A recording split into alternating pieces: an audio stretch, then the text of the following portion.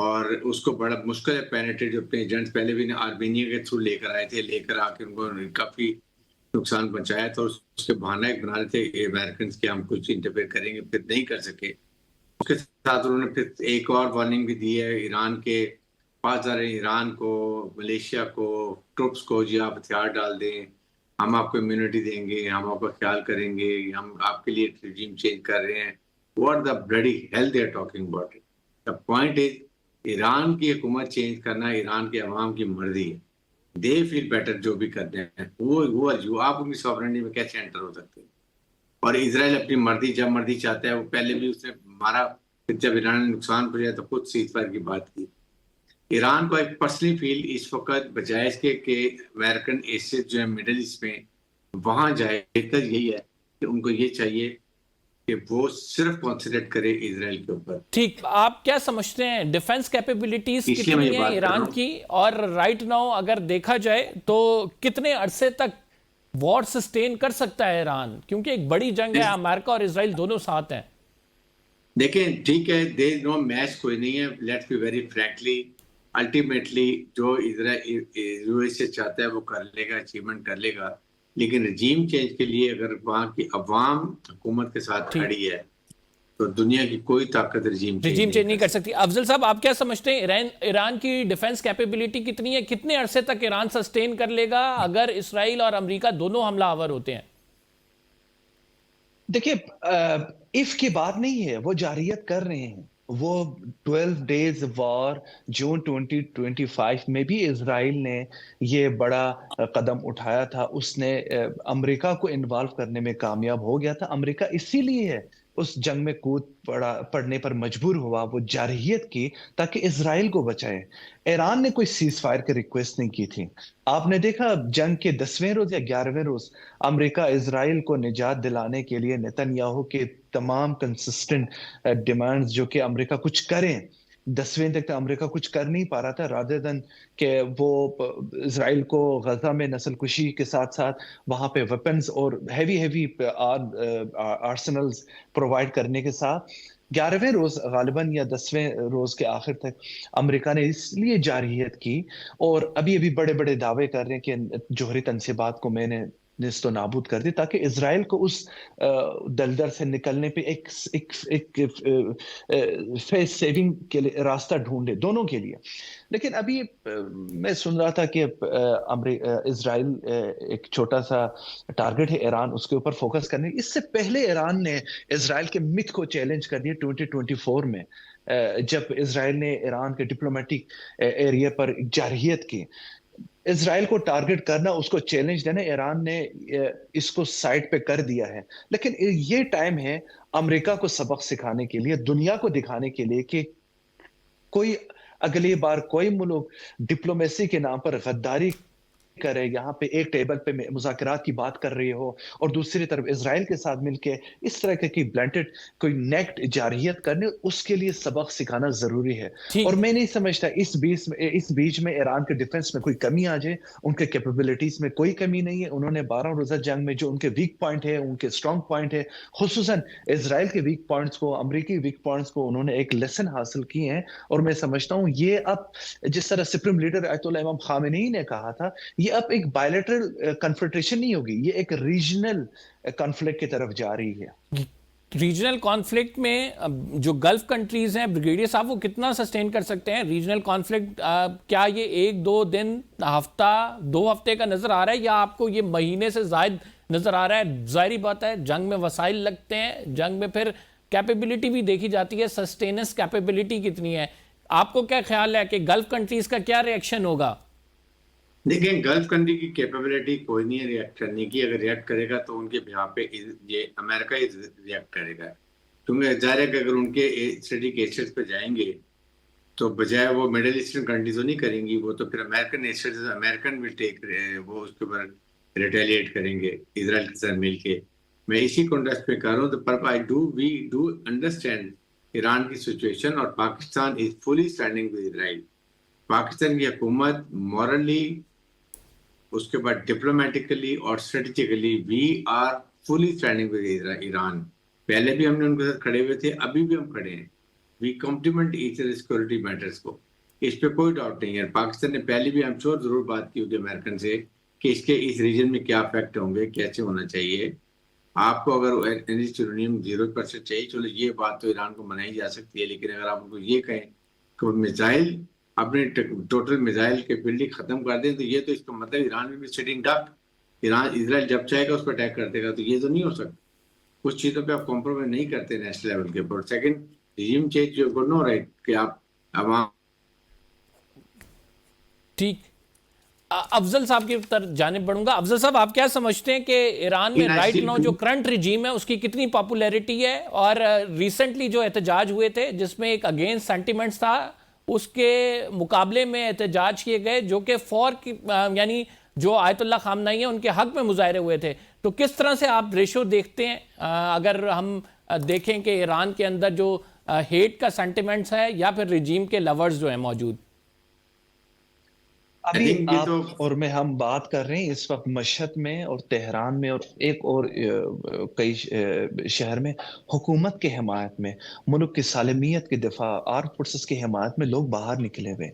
یہ قطعی طور پر میں آپ سے ایگری کر سکتا ہوں کہ اپوننٹ ہے. کوئی ایسا ملک دنیا میں نہیں ہے وہاں کے عوام اس کی ریاست یا حکمران یا اسٹیبلشمنٹ کے ساتھ کوئی اتفاق نظر رکھتے ہوں.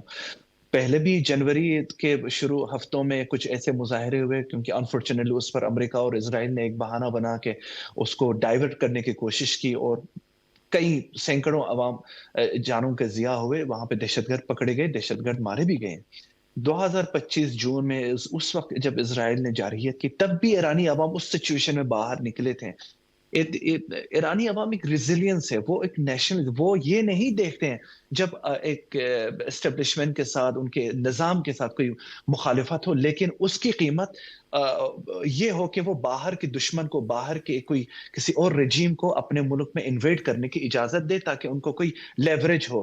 یہ قطعی طور پر نہیں ہو سکتے. جس طرح ایران کے جو اپوننٹ بیٹھے ہوئے ہیں, جو خود ایرانینز اپوزیشنز بیٹھے ہیں وہاں پہ, ان کی اتنی مذمت ہوئی ہے انہیں مظاہروں کے, انہیں جو مظاہرین کی طرف سے, کہ آپ ایران کے خاطر, ایران کو آپ پانے کے لیے اس نہج تک چلے گئے کہ ایک بیگانہ اغیار کو ملک میں جارحیت کرنے کی دعوت دیتے ہیں. تو یہ there should be no guess on the resilience Iranian people and their support for the armed forces. Brigadier صاحب, آپ سے آخر میں یہ پوچھنا چاہیں گے کہ اس سارے معاملے میں آپ کیا دیکھتے ہیں کہ پاکستان کو کس طرح سے ریئیکٹ کرنا چاہیے, چونکہ ایک ریجنل وار ہے, پاکستان کا ویسٹرن فرنٹ پورا جو ہے اس وار میں ہو جائے گا. ہم افغانستان سے آلریڈی جنگ لڑ رہے ہیں, تو کیا پالیسی اڈاپٹ کرنی چاہیے, اور آپ کیا سمجھتے ہیں اس تناظر میں یہ جو افغان وار ہے, غضب للحق کے آپریشنز بھی جاری رہیں گے؟ دیکھیں, پاکستان کا ایران کی پالیسی بڑی کلیئر ہے. Pakistan is standing with the people of Iran and the government of Iran.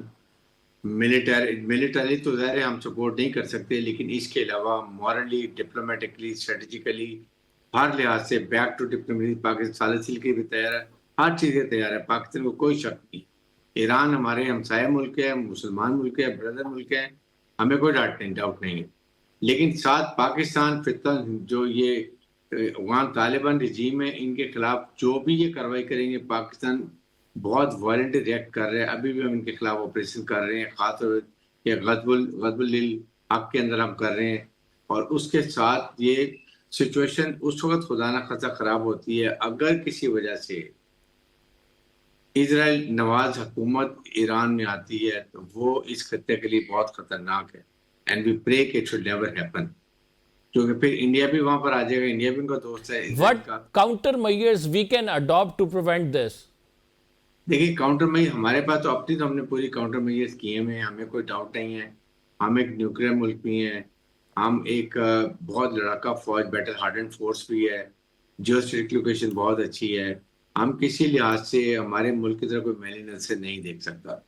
لیکن اس کے ساتھ ایران کو ہم ہر لحاظ سے مورلی, ڈپلومیٹکلی اور اسٹریٹجکلی سپورٹ بھی کرتے رہیں گے. اور امریکن سے بات کریں, جہاں موقع ملے گا ہم سالسی کی کوشش بھی کریں گے, وہ بھی ضرور کریں گے. لیکن پاکستان اپنی ان پراکسیز کو نہیں چھوڑے گا. ان کے خلاف ہم بالکل آپریشن کر رہے ہیں, کرتے رہیں گے. انٹیلیجنس بیسڈ آپریشن اپنے ملک میں بھی کریں گے, سہولت کاروں کے خلاف بھی کریں گے جو ان کی آئیز اور ایئرز ہیں, اور خاص طور پہ ان کے جو ہینڈلرز ہیں، ان کے جو کمانڈرز ہیں، جو برگیڈیئر صاحب ڈو یو تھنک سو کہ اب جو یہ اسرائیل انڈیا نیکسس ہے یہ نظریں لگائے بیٹھا ہے پاکستان کے نیوکس پہ، اور جو ساتھ آ کے حملہ کرنا ہمارے ہمسائے پہ، اس کے بعد might be the next target is Pakistan? دیکھیں یہ تو کوئی ڈاؤٹ نہیں ہے کہ first target is Iran and then Pakistan, اس پہ کوئی ڈاؤٹ نہیں ہے. اور پاکستان نے بارہا یہ امریکہ کو کہا ہے کہ ہمارے نیوکلیئر ایسٹس، ہمارے strategic assets are only India specific. We have got nothing to do with Israel کے ساتھ. ہم نہیں اٹیک کرنا چاہتے، ہم نہیں لڑنا چاہتے. ہم ٹھیک ہے، ہم بالکل اس کو ریکگنائز نہیں کرتے جب تک ٹو اسٹیٹ نیشن کی بات نہ کی جائے، 97 کے ایریاز واپس کیے جائے. ٹھیک، بہت بہت شکریہ. بریگیڈیئر صاحب ہمارے ساتھ موجود تھے، افضل ایرانی صحافی ہمارے ساتھ موجود تھے. پروگرام میں ایک چھوٹا سا بریک لیں گے. We will be right back after the short break. Break سے واپس آئیں گے تو کچھ اور اینالسٹ ہمیں جوائن کریں گے. ویلکم بیک ناظرین. ہمیں پینلسٹ میں جوائن کیا ہے ڈاکٹر منور حسن نے، ماہر بین الاقوامی امور ہیں، ہمارے ساتھ موجود ہیں. بریگیڈیئر غضنفر علی، دفاعی تجزیہ کار. ڈاکٹر شازیہ چیمہ، ماہر بین الاقوامی امور، انہوں نے بھی ہمیں جوائن کیا. آپ تینوں معزز مہمان گرامی کا شکریہ. آپ سب کو حالات پتہ ہے، پورا گلف جو ہے اس ٹائم جنگ کی لپیٹ میں. ایران پر حملہ کیا گیا اور اس کے بعد پھر ایران نے جواب دیا. پہلے سے ایکسپیکٹڈ تھی بہت ساری چیزیں. غضنفر صاحب آپ سے سب سے پہلے آغاز کروں گا. بطور دفاعی تجزیہ کار کس طرح دیکھتے ہیں یہ خطہ جو ہے ایک بڑی جنگ کی لپیٹ میں آ چکا ہے، آگے کی کیا صورتحال آپ کو نظر آ رہی ہے؟ ایران کے چیف آف آرمی سٹاف جو ہے وہ شہید ہو گئے، اور دوسرے چیف آف سٹاف ہے جو ٹیک اوور کر رہے ہیں، جو ابھی تک خبریں آ رہی ہیں. اور اس کے ساتھ ساتھ آپ نے دیکھا جو ایران نے جو اسرائیل پہ حملہ کیا، اسرائیل نے ایران پہ حملہ کیا، اس کے بعد ایران نے بتا دیا تھا کہ اگر آپ ہمیں حملہ کریں گے تو ہم صرف ایران کے اوپر، اسرائیل کے اوپر نہیں بلکہ تمام جو امریکن فیسلٹیز ہیں خطے میں، ہم ان کو بھی اٹیک کریں گے. اور امریکہ نے اپنی جو نیوی کو جس طرح ڈیولپ کیا تھا اور جس طرح انہوں نے پورے کے پورے ایران کو سراؤنڈ کیا تھا، تو ایران کے لیے بڑی سیریس کنڈیشن تھی اور بہت خطرناک حالات کی صورت میں ایران کھڑا تھا. لیکن ایران نے ریٹیلیٹ کیا اور انہوں نے اس وقت نہ صرف امریکی اڈوں کو جو باقی ممالک میں ہیں، جو جس میں ابو ظہبی، دوحہ اور باقی بحرین اور کویت، ان کا بھی ذکر آ رہا ہے. وہاں پہ بھی امریکی جو ایسٹس ہیں ان کو ہٹ کیا ہے، اور ساتھ ساتھ ایران کے خلاف جو تل ابیب اور حیفا میں جو میزائل ہے وہ بھی فائر کر رہا ہے. اب یہاں پہ جو ایک ٹیکنیکل یا ایک بڑی رائڈر کلاس چیز، ایک بڑی جو چیز وہ ہوگی وہ یہ ہے کہ جو خطے کے باقی ممالک جہاں پہ امریکن ایسٹس کو اٹیک کیا گیا ہے، وہ ممالک اگر اس چیز کو اس طرح لیں جو خطے کے ممالک ہیں، جو مڈل ایسٹ کے ممالک ہیں، کہ ایران نے ان ممالک کو ٹارگٹ نہیں کیا بلکہ ایران کے ان کے وہاں پہ جو امریکن فیسلٹیز ہیں اس کو ٹارگٹ کیا ہے. اب ان ممالک کا ریئیکشن کس طرح آتا ہے یہ دیکھنے کی ضرورت ہے، کیونکہ جنگ کا دائرہ کار جو ہے وہ تو ایران سے بھی نکل گیا، اسرائیل سے بھی نکل گیا، اور ایران اور اسرائیل سے نکل کے وہ خطے کے جتنے باقی ممالک ہیں ان تک وہ. ڈاکٹر شازیہ صاحبہ آپ کیا کہتی ہیں کہ کیا جو اناؤنس کیا گیا ہے، جیسے پریزیڈنٹ ڈونلڈ ٹرمپ جب اسپیچ کر رہے تھے تو انہوں نے کہا کہ ہم یہ رجیم چینج کریں گے بیکاز سنس 47 ایئرز یہ رجیم جو ہے ٹورڈز امریکن بروٹل ہے. تو کیا رجیم چینج ہو پائے گا؟ نکلیں گے، ہم آپ کو بچا رہے ہیں، ہم آپ کے لیے سہولت کاری کر رہے ہیں. اب ایرانیوں کے لیے یہ زندگی کا آخری موقع ہے کہ وہ رجیم چینج کریں، اور اس میں اب یہ پاسبل ہے یا نہیں. تو اس میں اگر آپ اس رجیم کے پورے ہائرارکل سٹرکچر کو دیکھیں تو وہ ایک سنگل جو ہے وہ بندے پہ، یا ایون آپ 10 15 20 لوگوں کو بھی اگر آپ قتل کرتے ہیں تو یہ رجیم کا سیٹ اپ ویسا ہے ہی نہیں. اور یہ ہیبرو میڈیا بہت کیٹاگوریکلی اپنے اس میں ڈومیسٹک میڈیا میں بتا بھی رہا ہے کہ یہاں پہ گراؤنڈ انویژن کے بغیر اگر ہمیں لگتا ہے کہ یہ کمزور ہو جائیں گے یا ہم ان پہ اپنی مرضی کا کوئی پاپٹ مسلط کر پائیں گے. اور اس سے بھی بڑا سوال یہ ہے کہ وہ کون ہوگا، وہ بھی یہ پراپر گروم نہیں کر سکے. جو پہلوی جونیئر ہے اس کو بھی ایرانی جو ہیں وہ بالکل تسلیم نہیں کریں گے، اس کی بھی 0% جو ہے وہ پاپولیرٹی ہے وہاں پہ. تو یہ ایک لمبی وار آف اٹریشن میں شامل تو ہو گئے ہیں، جس میں ٹرمپ جو ہے وہ دکھائی دے رہا ہے کہ اپنے جو جنرل کین جو ہیں ان کے اس کے کہنے کے باوجود جو ہے اس جنگ میں کود پڑے ہیں. تو ان کے پاس میرا خیال ہے اس وقت صرف یہی تھا کہ مجھے مڈ ٹرم میں ایپیک لابی جو ہے وہ اپنے ساتھ رکھنی ہے، اور میری انڈرسٹینڈنگ یہ ہے کہ مڈ ٹرم میں یہ امپیچ ہو جائیں گے، کیونکہ وہ اپنی جو انہوں نے ایڈریس کیا ہے رات کے 1 بجے امریکن ٹائم، انہوں نے یہ بھی کہا ہے کہ امریکی تیار رہیں، جنگوں میں قربانیاں دی جاتی ہیں، تو وہ دوسرے لفظوں میں یہ بھی کہہ رہے ہیں کہ باڈی بیگز واپس آئیں گے، اس کے لیے بھی آپ تیار ہیں۔ اور دوسری طرف ایران جو ہے اس نے صاف کہہ دیا ہے کہ اس دفعہ جو ہے وہ کوئی فیس کیپنگ کی وکٹری بھی نہیں ہوگی، کوئی ڈرامہ بھی نہیں ہوگا، اٹیک ہے تو اٹیک ہے۔ اب اس نے کہہ تو دیا ہے، اب سوال یہ ہے کہ وہ کتنا کنسالیڈیٹ ہے، وہ کتنا جو ہے وہ نقصان پہنچا سکتا ہے۔ اگر وہ ابھی بھی کسی اسٹریٹجک پیشنس کا یا کوئی لمیٹڈ سٹرائکس کا یا کسی بھی قسم کی لمیٹیشن کا جو ہے وہ اپنی ڈاکٹرائن کا حصہ بناتا ہے، تو پھر یہ سلسلہ اسی طرح چلتا رہے گا۔ تو یہ مسئلہ ختم ہوگا اگر یہ چیزیں ڈیسائسو ہوں گی، اور ڈیسائسو ہوں گی جس میں اسرائیل جو ہے اس کا تو جو مطلب ایک دفعہ اس کو تو سبق سکھا ہی یہ دیں، اور باقی جو ایسٹس ہیں امریکہ کے ریجن میں ان پہ اٹیک جو ہے وہ تو خالی ہیں آلریڈی۔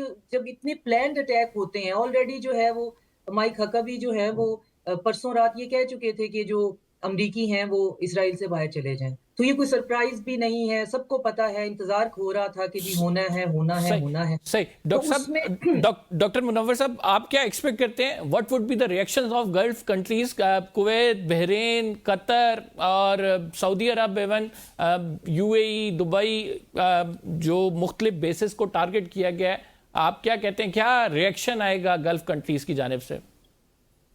دیکھیں مڈل ایسٹ کے اندر سوائے سعودی عرب کے، ایجپٹ کے، باقیوں کی کوئی حیثیت نہیں ہے، چھوٹے چھوٹے ممالک ہیں، یہ اپنے آپ کو ڈیفینڈ تک نہیں کر سکتے، تو لہٰذا ان کے ریئیکشن کی کوئی حیثیت نہیں ہوگی۔ البتہ سعودی عرب نے پہلے ہی انڈیکیٹ کر دیا تھا ایران کو کہ آپ اگر امریکن بیسز کو ٹارگٹ کریں گے تو ہمیں اس پہ کوئی آبجیکشن نہیں ہوگا۔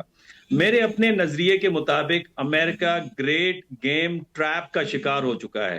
آپ کو یاد ہوگا ویتنام وار، اس کے پیچھے سوویت یونین تھا، اور Dien Bien Phu میں فرانس اپنی فل مائٹ کے ساتھ آیا تھا، امریکہ اپنی فل پاور کے ساتھ آیا تھا، لیکن پھر امریکہ نے 58,226 باڈی بیگز اٹھائے تھے۔ اسی کے تحت ویتنام کے حوالے سے ڈیڈی بیگ سینڈروم امریکہ میں شروع ہوا تھا، اور نکسن کو حکومت سے ہاتھ دھونا پڑا تھا، پہلی بات۔ دوسری بات یہ کہ اس وقت رشیا اور China air defence system, anti battleship missiles, اور یہاں تک کہ اوشینک ٹیکنالوجی جو کہ خرم 4 کے اندر استعمال کی ایران نے، وہ تک دی ہیں۔ اور پھر پولیٹیکو اور نیو یارک ٹائمز کے مطابق خود رشیا نے پورا وار پلان 20 فیب کو ایران کے ہینڈ اوور کر دیا تھا۔